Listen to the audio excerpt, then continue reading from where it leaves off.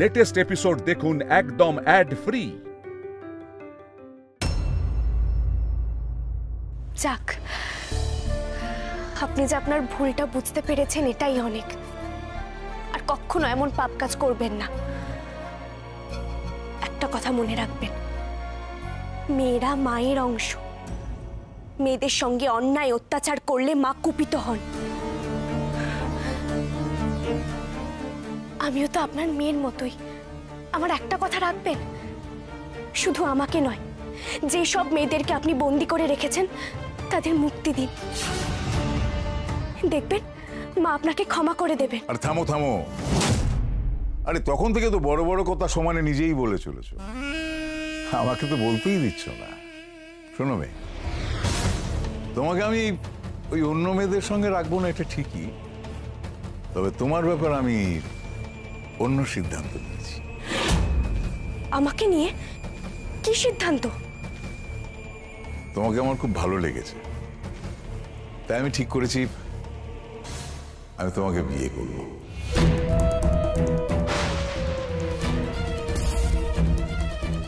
জয় শিব শম্ভু। আমার পাশে না তোমাকে মানাবে খুব ভালো। যেমন আমার অন্য বউদের না কারোর মধ্যে তোমার মতো এমন লক্ষ্মীশ্রী ভাব নেই। এমন মেয়েকেই তো আমার ঘরে বউ হিসেবে মানায়। তোমার মধ্যে কেমন একটা ওই শান্ত, নম্র, স্নিগ্ধ ভাব, অথচ তেজি। এমন মেয়েই তো আমার ঘরে গিয়ে আমার ঘর সামলাবে। জানো মেয়ে, শিবশম্ভুর কৃপায় না আমার টাকার কোনো অভাব নেই, কিন্তু টাকা দিয়ে তো সব অভাব মেটে না, বল মেটে? জয় শিবশম্ভু। কোনো বউয়ের সঙ্গে দুদণ্ড শান্তিতে কথা বলতে পারি না, কিন্তু তোমাকে বিয়ে করলে। থামুন, আর একটাও বাজে কথা বলবেন না। আপনার লজ্জা করে না এরকম কথা বলতে?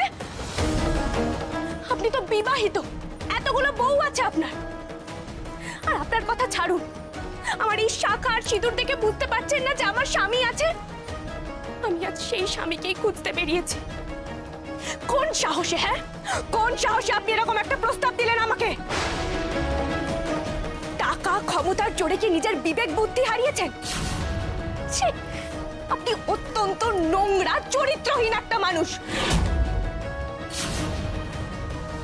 বেরিয়ে যান আমার ঘর থেকে। থামো। দেখো মেয়ে, তোমার অনেক ভাগ্য ভালো, তোমাকে দেখে আমার মনে ধরেছে আর তোমাকে আমি বিয়ে করতে চেয়েছি। না হলে কিন্তু এখানে দাসী বাঁধির মতো পড়ে থাকতে হবে। আপনি জানেন আমার স্বামীকে? তিনি যদি একবার জানতে পারেন না। পারবে না, কাকপক্ষিতেও টের পাবে না তুমি কোথায় আছো। ভয় দেখিয়ে কোনো লাভ নেই। সব ক্ষমতা না আমি টাকা দিয়ে পকেটে ভরে রেখেছি। একটা কথা শুনে রাখুন, আপনি ক্ষমতার জোরে আমাকে বিয়ে করতে পারবেন না, কিছুতেই না। জেদ করো না, আমার সিদ্ধান্তে নড়চড় হয় না। ভালোই ভালোই কাজ না হলে কিন্তু তোমার কপালে শনি নাচছে। এই, তোর বিয়ের আয়োজন কর।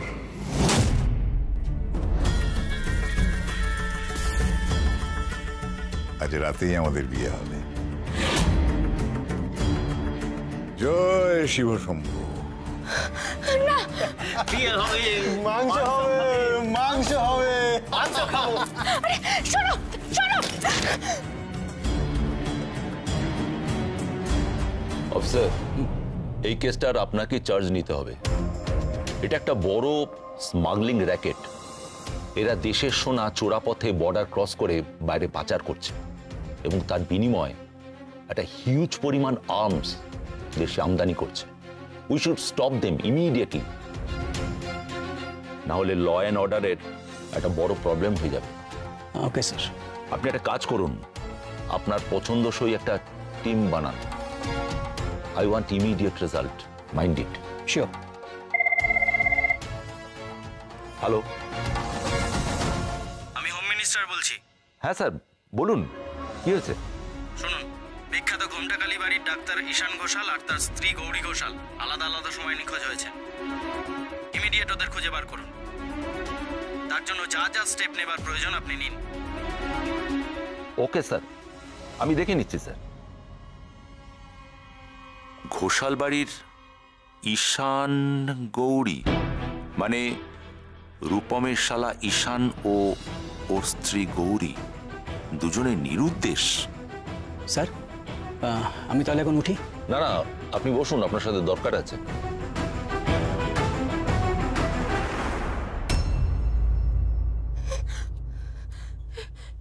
কি হলো মা?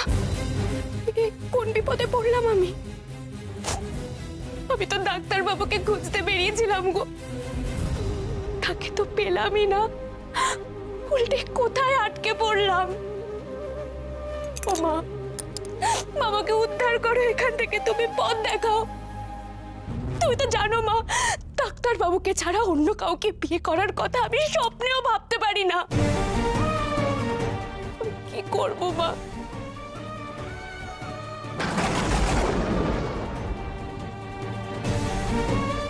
তুমি আমাকে উদ্ধার করো এখান থেকে, উদ্ধার করো তুমি মা, রক্ষা করো তুমি।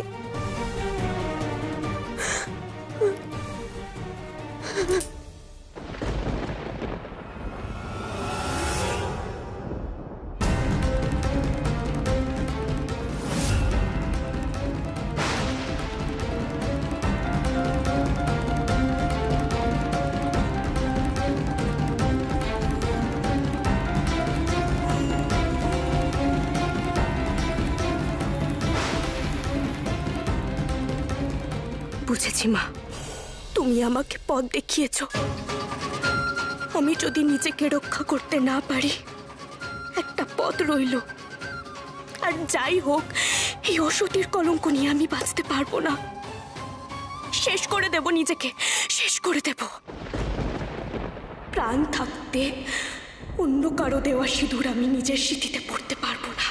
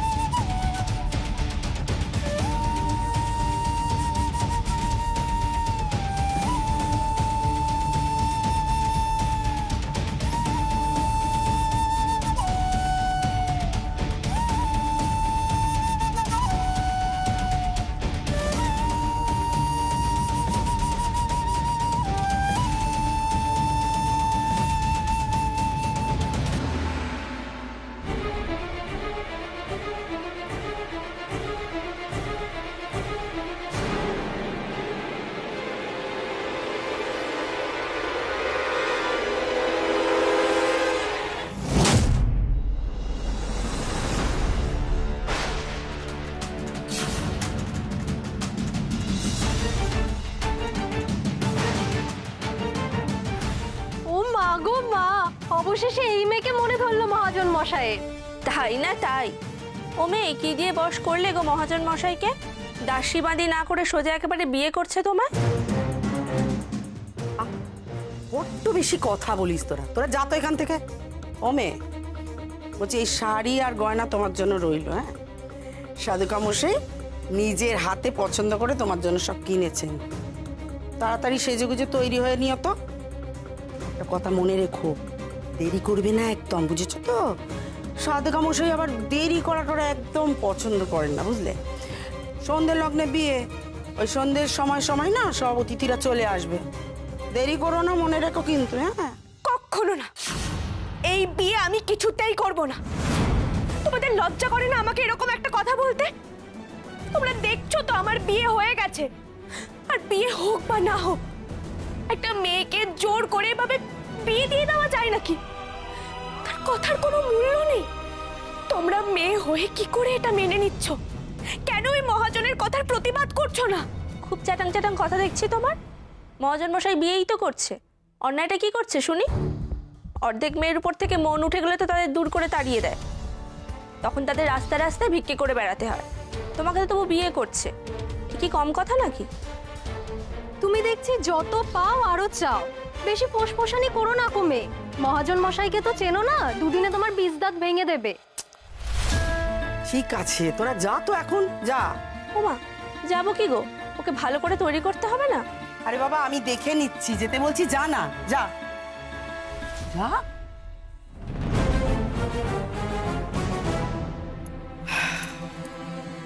শোনো মেয়ে, এখানে সব কান্নাকাটি রাগারাগি করে কোনো লাভ নেই।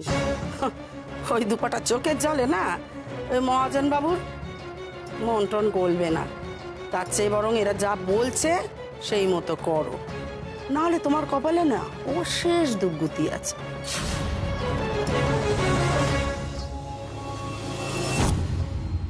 এই এই এই তোমার হাতে ওটা কি গো?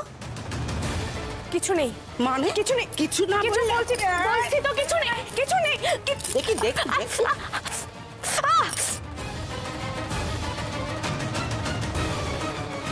সর্বনাশের মাথায় বাড়ি, তুমি মরতে যাচ্ছিলে এই ধূত্র ফলটা খেয়ে? হ্যাঁ, এই জীবনে আমার স্বামী ছাড়া আর কাউকে আমি স্বামী বলে মেনে নেব না। এর থেকে আমার মরে যাওয়াই ভালো, মরে যাওয়াই ভালো আমার। এই, তোমার কি মাথা খারাপ নাকি গো? তুমি এইভাবে মরতে চাইছিলে? আরে বাবা, জীবনের চেয়ে বড় আর কি কিছু আছে? আছে, আমার জীবনের চেয়ে আমার স্বামীর ভালোবাসার চিহ্ন এই শীতের সিঁদুরের মূল্য অনেক বেশি। কি বোকা মেয়ে, দেখো দেখিনি। আরে বাবা, মরে গেলে তো সব ফুরিয়েই গেল। এই তুমি জানো না আত্মহত্যা করা মহাপাপ?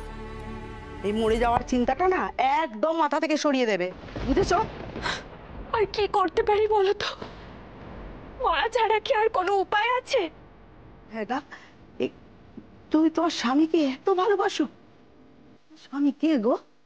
মানে তোমার নাম কি, তোমার বাড়ি কোথায়, তুমি কোথায় থাকো, এসব তো কিছুই জানা হলো না। আমার স্বামী ডাক্তার, স্বামীর নাম মুখে আনতে নেই, তাও বলছি। আমার স্বামী হলেন ডাক্তার ঈশান ঘোষাল, আর আমি তার স্ত্রী গৌরী। তুমি ঘোমটা কালীর নাম শুনেছ? আমি সেই ঘোমটা কালী বাড়ির বউ। ও মা, সে কি কাণ্ড গো! ঘোমটা কালী, হ্যাঁ, আমি তো আমার দিদির সাথে অনেকবার তোমাদের এই মন্দিরে গেছিলাম। হ্যাঁ, ওই দিদি কঠিন অসুখ করেছিল, সেই জন্য। ঈশ্বরের কৃপায় এখন দিদি অনেক ভালো আছে। তা মরতে তুমি এই ভাগাড়ে এত দূরে এখানে এসে কি করে পড়লে গো? সে অনেক কথা, তুমি শুধু জেনে রাখো যে আমি আমার স্বামীকে খুঁজতে বেরিয়েছিলাম। দুটো লোক এসে বলল যে আমার স্বামী এখানে এসেছে, আর আমি এখানে আসতে আমাকে এইভাবে আটকে রেখেছে। সবই তো বুঝলাম, কিন্তু একবার যখন এই খাঁচা এসে পড়েছো তখন তো আর কোনো উপায় নেই রে মা। তখন তো এই সাধুকা মশাইকে তোমার বিয়ে করতেই হবে। না দিদি, এই বিয়ে আমি কিছুতেই করতে পারবো না। দিদি, আমার একটা অনুরোধ রাখবে তুমি? আমাকে একটু সাহায্য করো না গো, আমাকে এখান থেকে পালিয়ে যাওয়ার পথ বলে দাও না, নাহলে সত্যি সত্যি মরা ছাড়া আর কোনো উপায় নেই আমার। না না না না, এ অসম্ভব, অসম্ভব। সাধুকা মশাই জানতে পারলে সর্বনাশ হয়ে যাবে। তোমাকে তো মারবেই, আমার এই হাত দুখানা কেটে রেখে দেবে। না গৌরী, আমায় মাফ করো মা, আমি এ ব্যাপারে তোমাকে কোনো রকম সাহায্য করতে পারবো না। তবে একটা কথা বলছি, এইসব রাগারাগি কান্নাকাটি এসব করে কিন্তু এদের সঙ্গে না তুমি পেরে উঠবে না মা। তুমি যত জেদ করবে তত কিন্তু এরা অকথ্য অত্যাচার করবে তোমার উপরে, বলে দিলাম। কিন্তু আমাকে যে কিছু একটা করতেই হবে, আমি তো বিয়ে করতে পারবো না। সে যাই করো ঠান্ডা মাথায় করো, এই কথাটা বলছি। হ্যাঁ, আশা করি আমার কথাটা তুমি বুঝতে পারছো।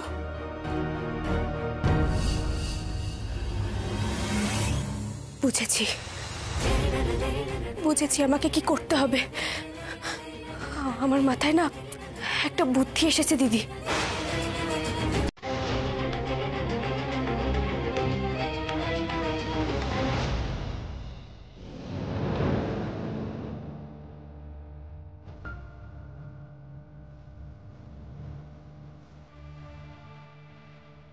আপনি কি কিছু খাবেন?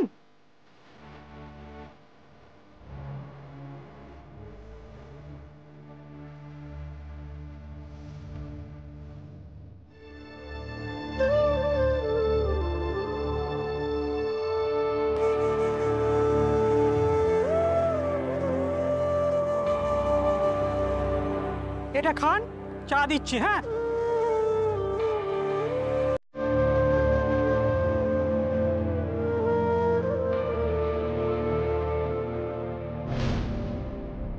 তোমার কথা অনুযায়ী আমি যদি সত্যিই বদলে থাকি, সেটার জন্য তুমি তাই গৌরী। আমাকে আমার বিশ্বাস, আমার ডাক্তারি থেকে তুমি দূরে সরিয়ে দিয়েছো। আমার সব গেছে শুধুমাত্র তোমার জন্য। আমার জন্য তোমার সবকিছু নষ্ট হয়ে গেছে। তোমার থেকে বরং আমি চলে যাই এই বাড়ি থেকে। আরে যাও যাও, রাগের মাথায় যেখানে ইচ্ছে সেখানে যাওয়ার তোর তোই মায়ের মন্দির অব্দি যাও। ওর কি কিছু খেয়েছে? ওর সঙ্গে তো কোনো টাকা পয়সাও নেই, নিশ্চয়ই ও মুখে কিছু দেয়নি। আর আমার জন্যই যেখানে ওর এই অবস্থা, সেখানে আমি খাই কি করে?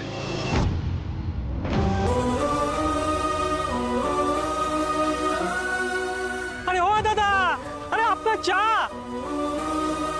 এদিকে খাওয়ারটাও তো খায়নি। অদ্ভুত লোক সব। ওম নমঃ শিবায়, ওম নমঃ শিবায়, ওম নমঃ শিবায়। বাবা গো, আমি তোমার কাছে আমার ভাগ্য সঁপে দিলাম।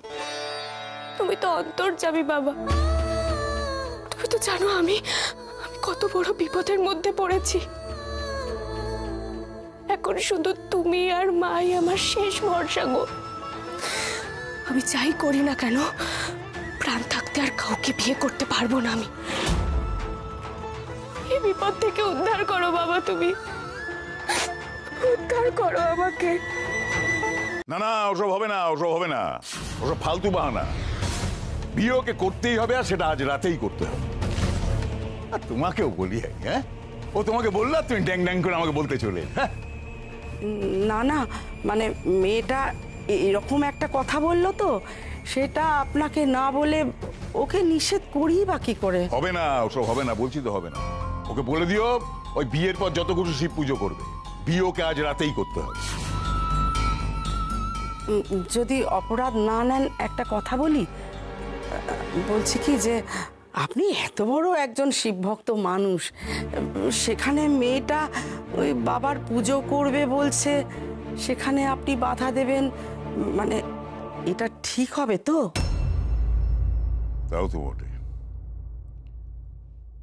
শিবের পুজো করবে বললো না, বাবার পুজো করতে ছেলে থেকে বাধাই বা দিই কি করে?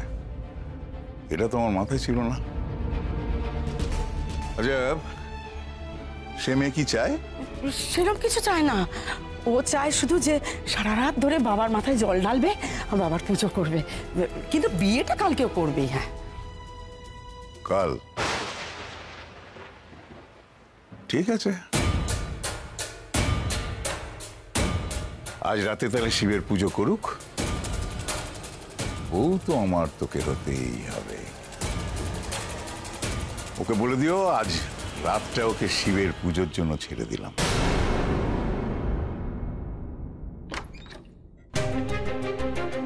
দিদি, মহাজন কি বললো? রাজি হয়ে গেছে, ঠাকুরের আশীর্বাদে রাজি হয়ে গেছে। বুদ্ধিটা কিন্তু তুমি ভালোই বার করেছিলে গৌরী।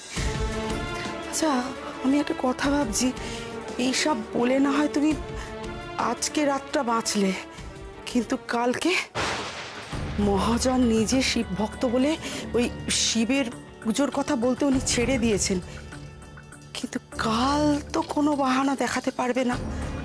তখন কি হবে? আর বললেও তো উনি ছাড়বেন না, কি করবে তখন? জানি না গো, আমি কিচ্ছু জানি না কি করব। তাহলে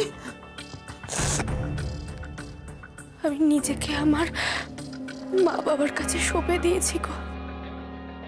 আমার বিশ্বাস তারা ঠিক পথ দেখাবে আমাকে। তার মেয়ের এত বড় সর্বনাশ হচ্ছে দেখে কিছুতেই চুপ করে থাকতে পারবে না, কিছুতেই না। হয় জানো এখন কি করবে? আমি যখন বলেছি বাবার পুজো করব, বাবার মাথায় জল ঢালবো, তখন তাই করব। তুমিও আমার সঙ্গে পুজো করো। আমি এসো।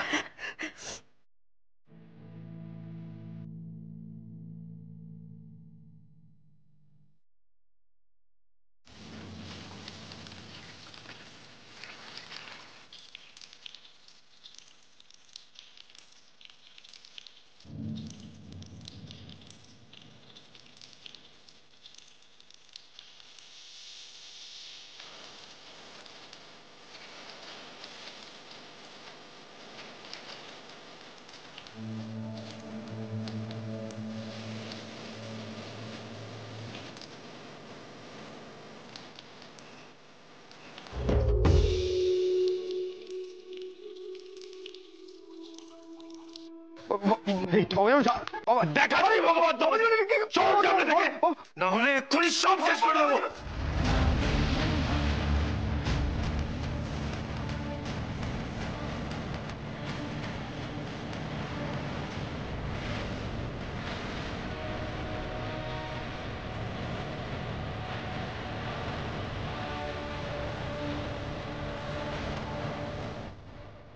বাবা গো, আমাকে পথ দেখাও বাবা, পথ দেখাও। যেভাবে হোক আমাকে এখান থেকে বেরোতে হবে। আমাকে ডাক্তার বাবার কাছে যেতেই হবে বাবা। উদ্ধার করো আমাকে, পথ দেখাও, পথ দেখাও তুমি।